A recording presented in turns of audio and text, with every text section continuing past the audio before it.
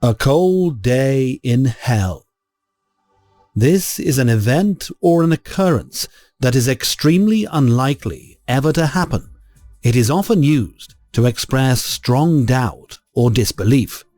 The idiom plays on the concept of hell being a place of eternal fire and brimstone, making the idea of a cold day there an oxymoron. The phrase has been used since at least the early 20th century to emphasize the improbability of an event. It is commonly used in American English to convey skepticism or certainty that something will not happen. For example, "It'll be a cold day in hell before I forgive him for what he did."